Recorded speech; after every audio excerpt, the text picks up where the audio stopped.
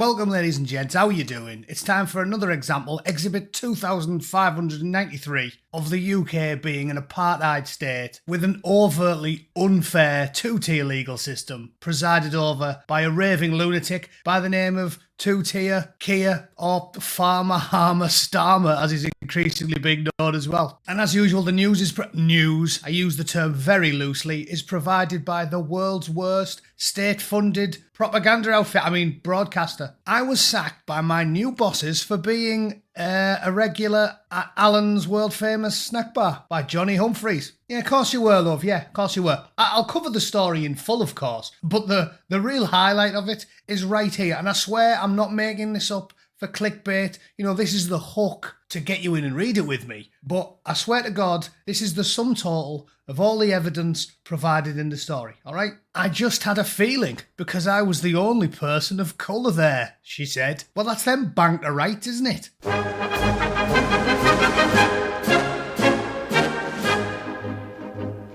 Okay, more fantastic news from the world's worst propaganda outfit. They don't even try to hide it anymore, the BBC, do they? Why is this on the homepage today? Why is this minuscule non-story considered vital to the British public in a particularly chaotic 2024? Why is this top of the newsfeed? Any idea? No? I can throw some guesses out there, one of them being that it benefits the privileged class, the ones who the police will ignore systematically torturing and rogering British kids for 3 decades, but they'll send you to prison for putting a sticker on a lamppost. Nay, a politely worded sticker, Mr. Mellier. Anyway, let's read this brain rot, and then I'll sum up as usual. A cafe worker who was sacked from her long-term job over WhatsApp, partly because she was a regular at the big Golden Bell End church, has told how she fought her case for her children. Aisha Malik, 35, took the owners of Food for Thought Cafe in Warrington, Cheshire, to an employment tribunal after losing her job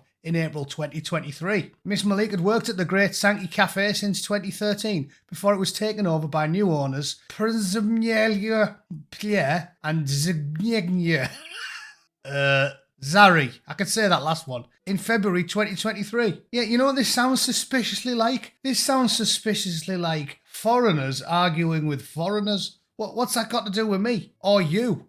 Or the BBC. The tribunal found that Miss Malik had been unfairly dismissed and discriminated against on the grounds of her race and religion, despite absolutely no evidence. Brilliant. Miss Malik, who presented her case to the tribunal in person without the help of a solicitor, safe in the knowledge she definitely didn't need one because she's part of the privileged class, said being told she'd won was emotional. I felt like I needed to do it for my children, because I don't want them to be in this situation and think, I can't do nothing about this, she told the BBC. You can do it, and I've showed them you can do it, and you can win. You can do it! Yeah, you can, yeah. When one of these people got caught in a church car park getting a nosh off a 10-year-old and the bobbies didn't do anything about it, I think I'm pretty confident I could win an employment tribunal. Surely that's an easy win compared to the former example. The tribunal held in Liverpool's Civil Justice Centre, Liverpool, yeah. There's about as much justice in Liverpool as there is off Cleveland Police, and everybody in my hometown knows that if they pull you over for speeding, if you can't put £500 worth of cash in PC bastards' hands,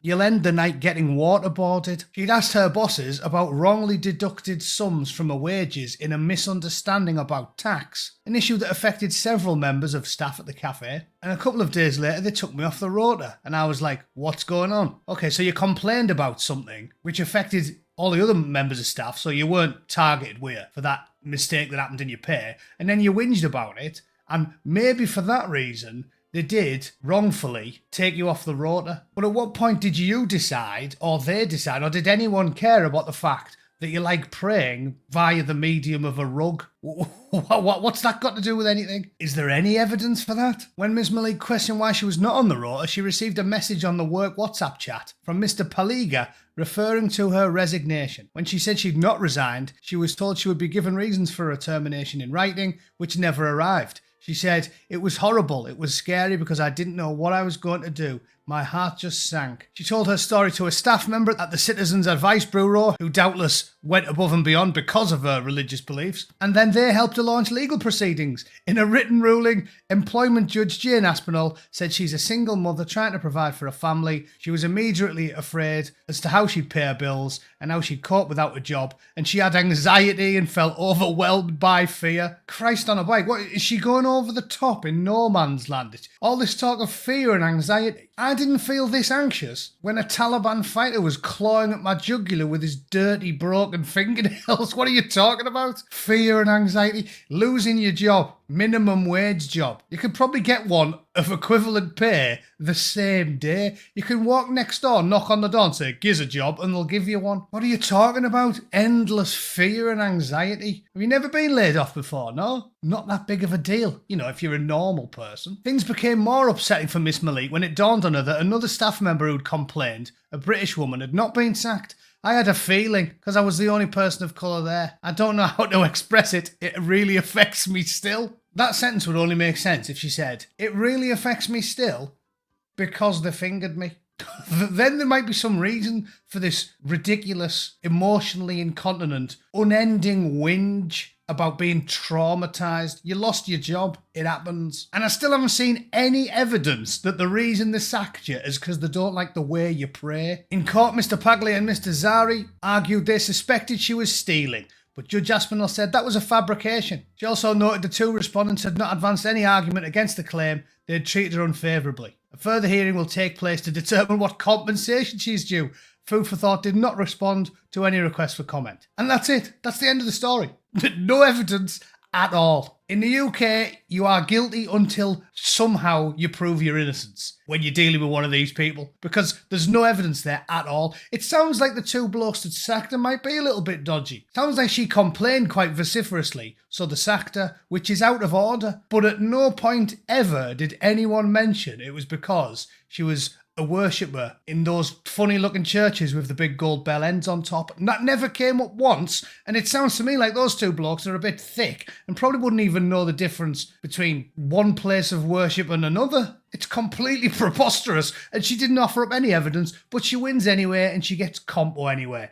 Although, I mean, it was in Liverpool as well, so in mitigation, maybe it's just because everyone in that city is after some compo, eh? In fact, I think I'm siding with her now because at least she's embraced Liverpool culture. She's done a far better job of fitting in than 25 of her family members who are, you know, blowtorching chickens on upturned shopping trolleys and rattling teenage girls above kebab shops. So at least she's integrated. I'll give her that. But other than that, there's no merit to her claims. The BBC's ridiculous, this isn't news, and if President Trump really wants to help his British cousins, the best thing he could do is order the US Air Force to airstrike Broadcasting House while Match of the Day is going out live. Alright? Cheer us all up, that won't it? But that's just my opinion. Ladies and gents, I hope you enjoyed that. Thanks for tuning in. Have a fantastic weekend. I won't be streaming tomorrow because I'm attending the work Christmas do, and it's a 3-hour drive away from here, so we're staying the night in